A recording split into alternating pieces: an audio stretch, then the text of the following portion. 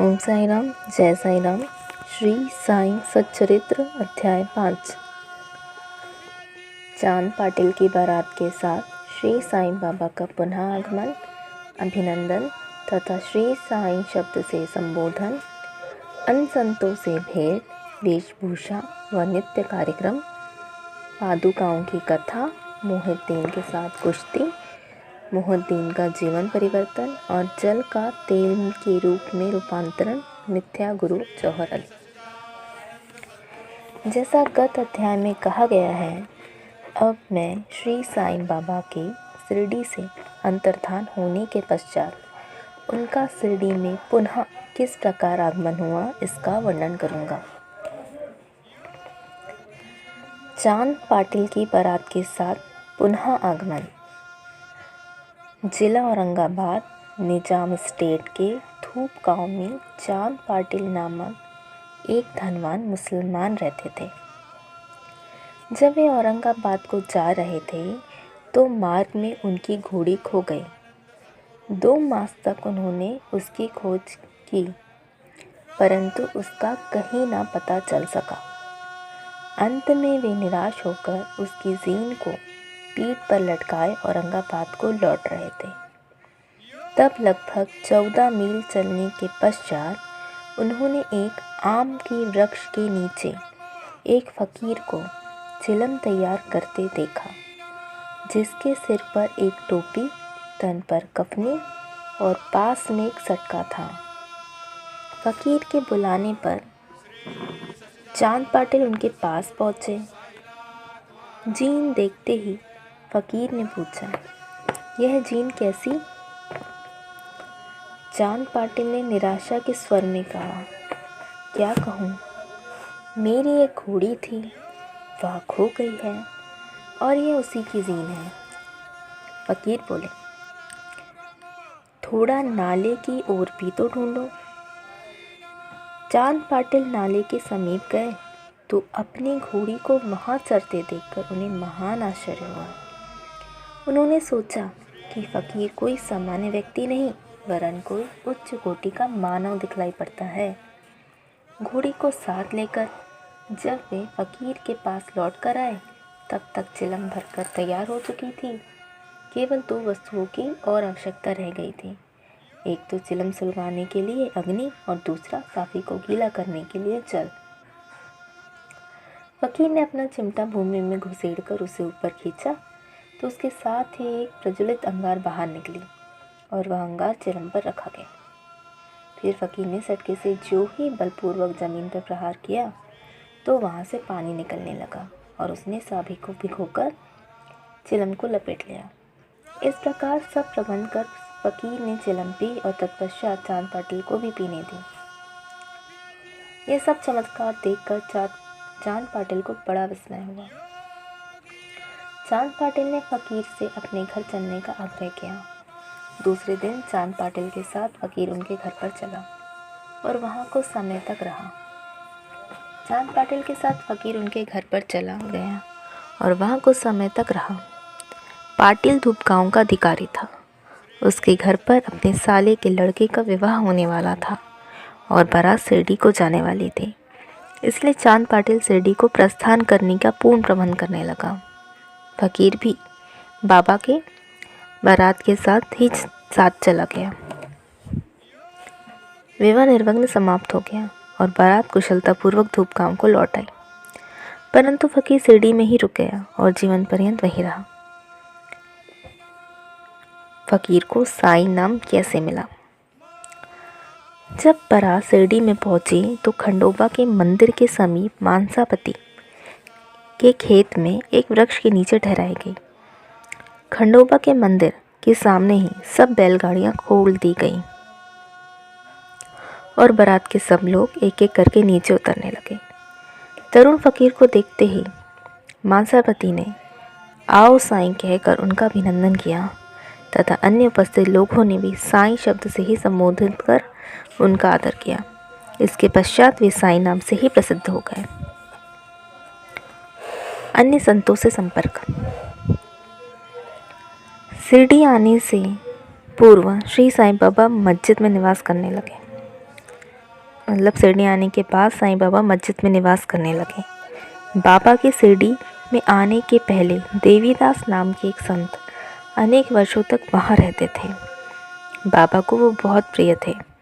वे उनके साथ कभी हनुमान मंदिर में और कभी चावड़ी में रहते थे। कुछ समय के पश्चात जानकीदास नाम के एक संत का भी शिरडी में आगमन हुआ। अब बाबा जानकीदास से वार्तालाप करने में अपना बहुत सा समय व्यतीत करने लगे। जानकीदास भी कभी कभी बाबा के स्थान पर चले आया करते थे और पुणतांबे के श्री गंगा गीत नामक एक पारिवारिक वैश्य संत भी बहुधा बाबा के पास आया जाया करते थे। जब प्रथम बार उन्होंने श्री साईं बाबा को बगीचा सींचने के लिए पानी ढोते देखा तो उन्हें बड़ा अचंभा हुआ। वे स्पष्ट शब्दों में कहने लगे कि शिरडी परम भाग्यशालिनी है, जहाँ एक अमूल्य हीरा हुआ है। जिन्हें तुम इस प्रकार परिश्रम करते देख रहे हो वे कोई सामान्य पुरुष नहीं है, अपितु यह भूमि बहुत भाग्यशालिनी है तथा महान पुण्य भूमि है। इसी कारण इसे यह रत्न प्राप्त हुआ है। श्री अक्कलकोट महाराज के एक प्रसिद्ध शिष्य संत आनंद नाथ येवलामेट, जो कुछ शिरडी के निवासियों के साथ शिरडी पधारे, उन्होंने भी स्पष्ट कहा कि यद्यपि बाहरी दृष्टि से साधारण व्यक्ति जैसे प्रतीत होते हैं, परंतु ये सचमुच में असाधारण व्यक्ति हैं। इसका तुम लोगों को भविष्य में अनुभव होगा। ऐसा कहकर वे येवला को लौट गए। यह उस समय की बात है जब शिरडी बहुत ही साधारण सा गांव था और साईं बाबा छोटी उम्र के थे। फिर बाबा का रहन सहन व उनका नित्य कार्यक्रम। तरुण अवस्था में भी बाबा ने अपने केश कभी भी नहीं कटाए और वे सदैव एक पहलवान की तरह दिखते थे। जब वे राहता जाते, जो कि शिरडी से 3 मील दूर है, तो वहाँ से वे गेंदा, जाई और जूही के पौधे मोल ले आया करते थे। वे उन्हें स्वच्छ करके उत्तम भूमि देखकर लगा देते और स्वयं सींचते थे। वामन तात्या नाम के एक भक्त इन्हें नित्य प्रति 2 मिट्टी के घड़े दिया करते थे।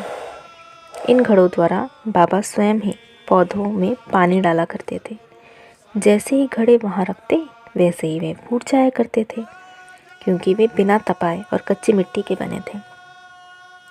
दूसरे दिन तात्या फिर उन्हें 2 नए घड़े दे दिया करता था। यह कार्यक्रम 3 वर्षों तक चला और श्री साईं बाबा के कठोर परिश्रम तथा प्रयत्न से वह फूलों की एक सुंदर फुलवारी बन गई। आजकल इसी स्थान पर बाबा के समाधि मंदिर की भव्य इमारत शोभायमान है, जहाँ सहस्त्रों भक्त आते जाते रहते हैं। नीम वृक्ष के नीचे पादुकाओं की कथा। श्री अक्कलकोट महाराज के एक भक्त, जिनका नाम भाई कृष्णा जी अली बाबकर था, उनके चित्र का नित्य पूजन किया करते थे। एक समय उन्होंने अक्कलकोट शोलापुर जिला जाकर महाराज की पादुकाओं का दर्शन एवं पूजन करने का निश्चय किया, परंतु प्रस्थान करने के पूर्व अक्कलकोट महाराज ने स्वप्न में दर्शन देकर उनसे कहा कि आजकल शिरडी ही मेरा विश्राम स्थल है और तुम वहीं जाकर मेरा पूजन करो। इसलिए भाई ने अपने कार्यक्रम में परिवर्तन कर शिरडी आकर श्री साईं बाबा की पूजा की। वे आनंदपूर्वक शिरडी में 6 मास रहे और इस स्वप्न की स्मृति स्वरूप उन्होंने पादुकाएं बनवाई। शक संवत 1834 में श्रावण के शुभ दिन देखकर नीम वृक्ष के नीचे वे पादुकाएं स्थापित कर दी गई। दादा केलकर तथा उपासनी महाराज ने यथाविधि स्थापना उत्सव संपन्न किया। एक दीक्षित ब्राह्मण पूजन के नियुक्त कर दिया गया और प्रबंध का कार्य एक भक्त सगुण मेरू नायक को सौंपा गया। कथा का पूर्व विवरण। ठाणे के सेवानिवृत्त मामलतदार श्री B.V. देव, जो श्री साईं बाबा के एक परम भक्त थे, उन्होंने सगुण मेरू नायक और गोविंद कमलाकर दीक्षित से इस विषय में पूछताछ की। पादुकाओं का पूर्ण विवरण श्री साईं लीला भाग संख्या 11 संख्या 1 पृष्ठ 25 में प्रकाशित हुआ, जो निम्नलिखित है। शक 1834 सन 1912 तक बम्बई के एक भक्त डॉक्टर राम राव कोठारे बाबा के दर्शनार्थ शिरडी आए। उनकी कंपाउंडर और उनके एक मित्र भाई कृष्णा जी अलीबागकर भी उनके साथ में थे। कंपाउंडर और भाई के सगुण मीरू नायक तथा जी के दीक्षित से घनिष्ठ दोस्ती थी। अन्य विषयों पर चर्चा करते समय इन लोगों को विचार आया कि श्री साईं बाबा के शिरडी में प्रथम आगमन तथा पवित्र नीम वृक्ष के नीचे निवास करने की ऐतिहासिक स्मृति के उपलक्ष्य में क्यों न पादुकाएं स्थापित की जाए। जब पादुकाएं के निर्माण पर विचार विमर्श होने लगा तब भाई के मित्र कंपाउंडर ने कहा, यदि यह बात मेरे स्वामी कोठारे को विदित हो जाए तो इस कार्य के निमित्त अति सुंदर पादुकाएं बनवा देंगे। उन्होंने शिरडी आकर पादुकाओं की रूपरेखा बनाई तथा इस विषय में उपासनी महाराज से भी खंडोबा मंदिर में भेंट की। उपासनी महाराज ने उनमें बहुत सुधार किए तथा कमल फूलादि खींच दिए तथा नीचे लिखा श्लोक भी रचा जो नीम वृक्ष के महात्म्य व बाबा की योग शक्ति का द्योतक था। वह श्लोक इस प्रकार था।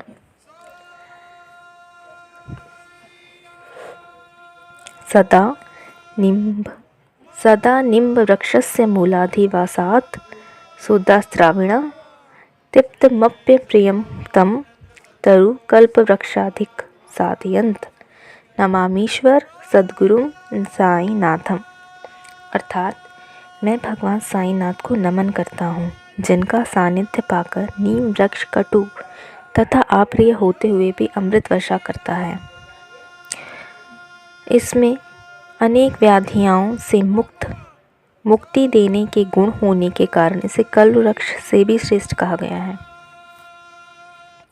उपासनी महाराज का विचार सर्वमान्य हुआ और कार्य रूप में भी परिणत हुआ।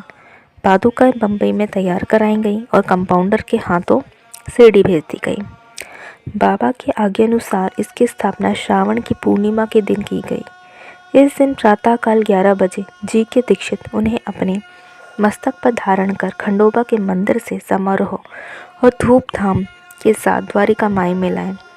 बाबा ने पादुकाएं स्पर्श कर कहा कि ये भगवान श्री के चरण हैं, इनकी नीम वृक्ष के नीचे स्थापना कर दो। इसके एक दिन पूर्व ही बम्बई के एक पारसी भक्त पास्ता शेट्टी 25 रुपये का मनी ऑर्डर भेजा। बाबा ने ये रुपये पादुकाओं की स्थापना के निमित्त दे दिए। स्थापना में कुल 100 रुपये व्यय हुए, जिसमें से 75 रुपये चंदे द्वारा एकत्रित हुए और प्रथम 5 वर्षों तक डॉक्टर कोठारे दीपक के निमित्त 2 रुपये मासिक भेजते रहे। उन्होंने पादुकाओं के चारों ओर लगाने के लिए लोहे की छड़ें भी भेजी। स्टेशन से छड़ें ढोने और छप्पर बनाने का खर्च 7 से 8 आने सगुण मीरू नायक ने दी। और आजकल जाखड़ी नाना पुजारी पूजन करते हैं और सगुण मीरू नायक नैवेद्य अर्पण करते तथा संध्या को दीपक जलाते हैं। भाई कृष्णा जी पहले अक्कलकोट महाराज के शिष्य थे। अक्कलकोट जाते हुए वे शक 1834 में पादुकाएं स्थापन के शुभ अवसर पर शिरडी आए और दर्शन करने के पश्चात जब उन्होंने बाबा से अक्कलकोट प्रस्थान करने की आज्ञा मांगी तब बाबा कहने लगे, अरे अक्कलकोट में क्या है, तुम वहाँ व्यर्थ क्यों जाते हो, वहाँ के महाराज तो यही मैं स्वयं हूँ। यह सुनकर भाई ने अक्कलकोट जाने का विचार त्याग दिया। पादुका स्थापित होने के पश्चात वे बहुधा शिरडी आया जाया करते थे। श्री विदेव ने अंत में ऐसा लिखा है कि इन सब बातों का विवरण हेमारपन को विदित नहीं था, अन्यथा वे श्री साईं सच्चरित्र में लिखना कभी नहीं भूलते। मोहिउद्दीन तंबोली के साथ कुश्ती और जीवन का परिवर्तन। शिरडी में एक पहलवान था जिसका नाम मोहिउद्दीन तंबोली था। बाबा का उससे किसी विषय पर मतभेद हो गया था। फलस्वरूप दोनों में कुश्ती हुई और बाबा हार गए। इसके पश्चात बाबा ने अपनी पोशाक और रहन सहन में परिवर्तन कर दिया। वे कफनी पहनते, लंगोट बांधते और एक सिर पर कपड़े से सिर ढकते थे। वे आसन तथा शयन के लिए एक टाट का टुकड़ा काम में लाते थे।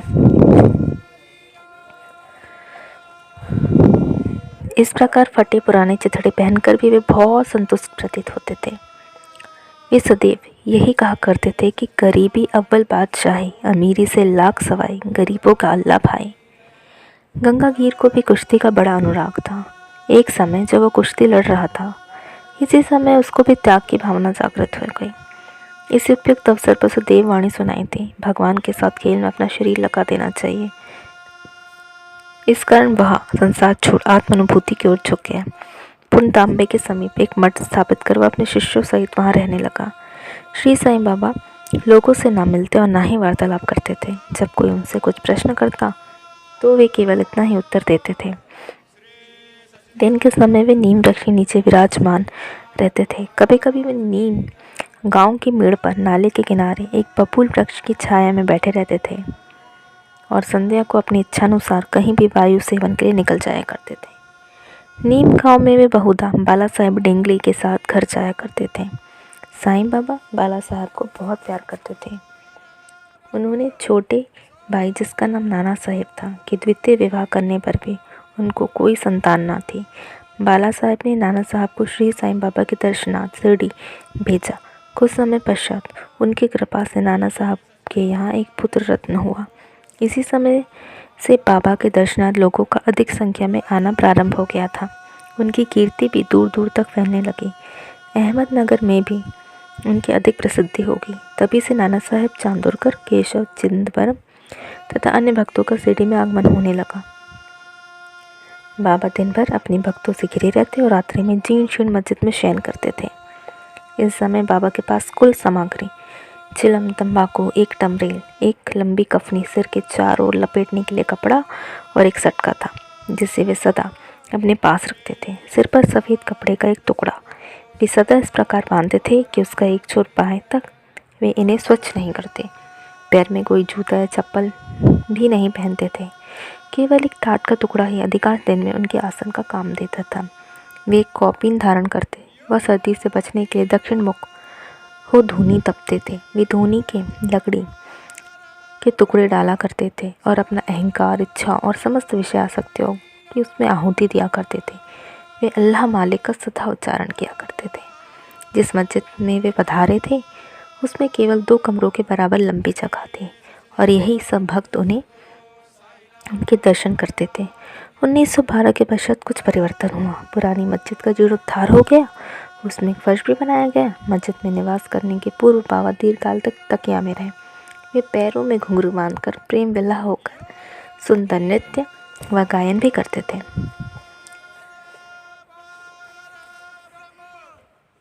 जल का तेल में परिवर्तन। बाबा को प्रकाश से बड़ा अनुराग था।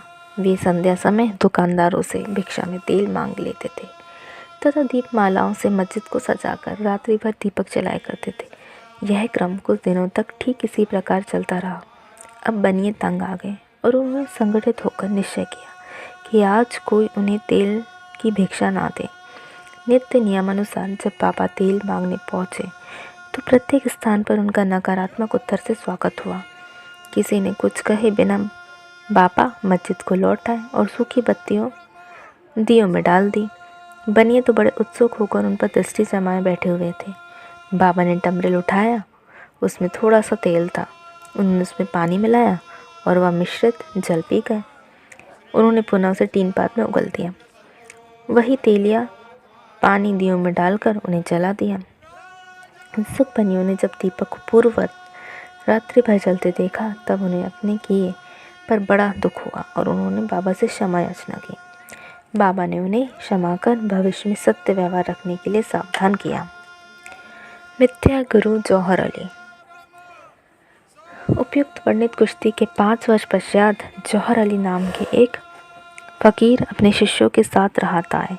वे वीरभद्र मंदिर के समीप एक मकान में रहने लगे। फकीर विद्वान था। कुरान की आयतें उसे कंठस्थ थी। उसका कंठ मधुर था। गांव के बहुत से धार्मिक और श्रद्धालु जन उसके पास आने लगे। उसका यथा योग्य आदर होने लगा। लोगों से आर्थिक सहायता प्राप्त कर उसे वीरभद्र मंदिर के पास एक ईदगाह बनाने का निश्चय किया। इस विषय को लेकर कुछ झगड़ा हो गया, जिसके फलस्वरूप जौहर अली राहता छोड़ शिरडी आया और बाबा के साथ मस्जिद में निवास करने लगा। उसने अपनी मधुर वाणी से लोगों का मन जीत लिया। वह बाबा को भी अपना शिष्य बताने लगा। बाबा ने कोई आपत्ति नहीं की और उसका शिष्य होना स्वीकार किया। तब गुरु और शिष्य दोनों पुनः राहता में आकर रहने लगे। गुरु शिष्य की योग्यता से अनभिज्ञ था, परंतु शिष्य गुरु के दोषों से पूर्ण परिचित था। इतने पर भी बाबा ने कभी उसका अनादर नहीं किया और पूर्ण लगन से अपना कर्तव्य निभाते रहे और उसकी अनेक प्रकार से सेवा की। वे दोनों कभी कभी शिरडी भी आया करते थे, परंतु मुख्य निवास स्थान राहता में ही था। श्री साईं बाबा के प्रेमी भक्तों को उनका दूर राहता में रहना अच्छा नहीं लगता था, इसलिए वे सब मिलकर बाबा को शिरडी वापस लाने के लिए गए। इन लोगों की ईदगाह के समीप बाबा से भेंट हुई और उन्हें अपने आगमन हेतु बतलाया। बाबा ने उन लोगों को समझाया कि फ़कीर के आने के पूर्व ही आप लोग शिरडी लौट जाएं। इस प्रकार वार्तालाप हो ही रही थी कि इतने में फ़कीर आ पहुंचा। इस प्रकार अपने शिष्यों को वहां से ले जाने का कुप्रयत्न करते देख वे बहुत क्रोधित हो गया।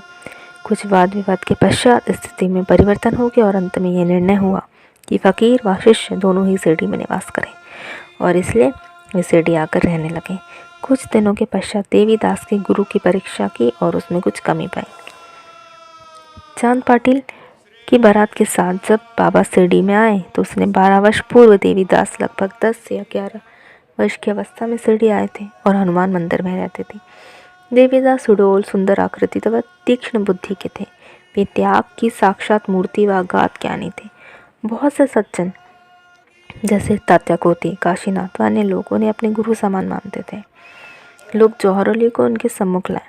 विवाद में जौहर अली बुरी तरह पराजित हुआ और शिरडी छोड़ वैजापुर को भाग गया। यह अनेक वर्षों के पश्चात शिरडी आया और श्री साईं बाबा की चरण वंदना की।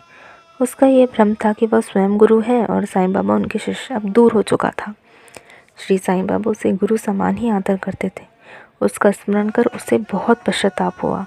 इस प्रकार श्री साईं बाबा ने अपने प्रत्यक्ष आचरण से आदर्श उपस्थित किया कि अहंकार से किस प्रकार छुटकारा पाकर शिष्य के कर्तव्यों का पालन कर किस तरह आत्मानुभव की ओर अग्रसर होना चाहिए।